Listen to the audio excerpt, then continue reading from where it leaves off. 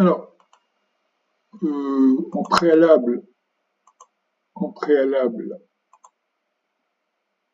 excusez-moi, je fasse, en préalable donc à cette session 2, à ce semaine 2, puisqu'on va parler de GTB, GTC et IoT. Alors pourquoi je les ai associés? Je l'ai déjà dit précédemment, c'est aujourd'hui incontournable. Et cette session 2 est focalisée sur un bilan carbone de ces solutions, tout simplement parce que c'est un argument quand même essentiel pour pouvoir privilégier ces solutions. Alors j'aimerais quand même faire dès à présent la distinction entre les deux termes qui sont liés mais qui ne sont pas identiques. Alors la GTB, gestion technique du bâtiment, l'IoT, l'Internet des objets connectés. Alors, comment on va définir la GTB? C'est un système centralisé et fermé qui supervise et automatise les équipements techniques d'un bâtiment. Bon, chauffage, ventilation, etc. L'IoT, c'est beaucoup plus large. C'est un système de connexion d'objets physiques à Internet pour collecter et échanger des données. Et éventuellement, je dis éventuellement, permettre un contrôle décentralisé. D'accord? Alors, l'architecture d'une GTB, c'est centralisé et hiérarchique. Donc, il y a 3 niveaux. Il y a l'aspect gestion, automate et capteur. Alors que l'IoT, c'est décentralisé et c'est du réseau. Donc, les objets connectés, c'est-à-dire les capteurs, les appareils, se connectent directement à un réseau de manière plus flexible. Donc, vous voyez, on a 2 logiques différentes. Protocole de communication, on en parlera par la suite.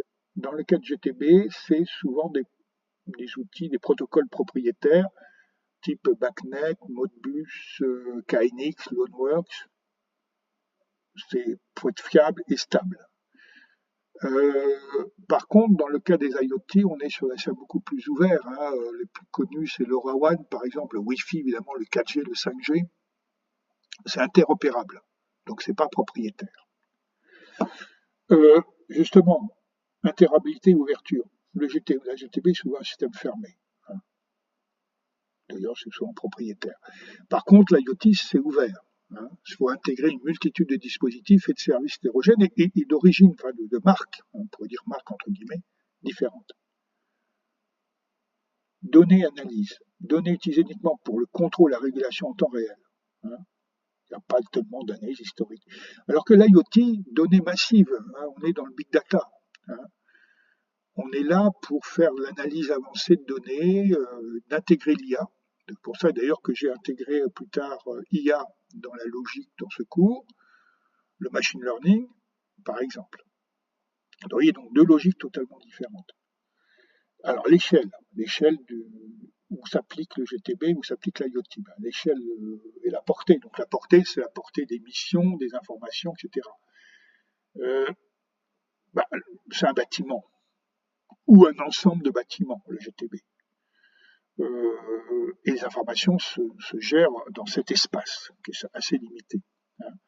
Par contre, l'IoT, c'est illimité. C'est le bâtiment, c'est lui. Et puis pourquoi pas transférer les données à l'autre bout du monde. On peut connecter des équipements techniques, mais du matériel, aussi bien du matériel de bureau, des usines de maintenance. Alors, des exemples. Cas d'usage principaux. Régulation de CVC, climatisation, ventilation, chauffage. Gestion de l'éclairage, contrôle des accès, surveillance des alarmes. Ok, ça c'est la GTB typiquement. Alors que l'IoT, c'est la GTB et en plus, tout ce qui est actif, tout ce qui est maintenance prédictive, tout ce qui est optimisation de l'occupation des espaces, tout ce qui est système utilisateur personnalisé. Vous voyez? Ok. Coût et complexité là. Le GTB, c'est souvent coûteux, mais c'est sur un système mature et souvent bien maîtrisé. Sur l'IoT, c'est peut-être des systèmes moins coûteux au départ, mais ça peut se complexifier au cours en mesure du temps. Et bon, grosso modo, pour conclure, au fond, GTB, c'est automaticité et contrôle. En anglais, c'est BACS, B-A-C-S. C'est le nom du décret d'ailleurs qui s'applique à ces installations. Building Automation and Control System. Donc, rendre plus efficace le bâtiment, et plus sûr, parce que la notion de sûreté est également sécurité tellement attendue. Au fond, on est plutôt dans le cas de l'IoT sur la notion de connaissance et d'action. On est plutôt basé sur les données pour mieux comprendre les usages et optimiser les processus métiers. Alors, c'est pas immédiat peut-être d'ailleurs. Vous voyez, on collecte de la data, on analyse les data et on propose des plans d'action. Vous voyez, hein.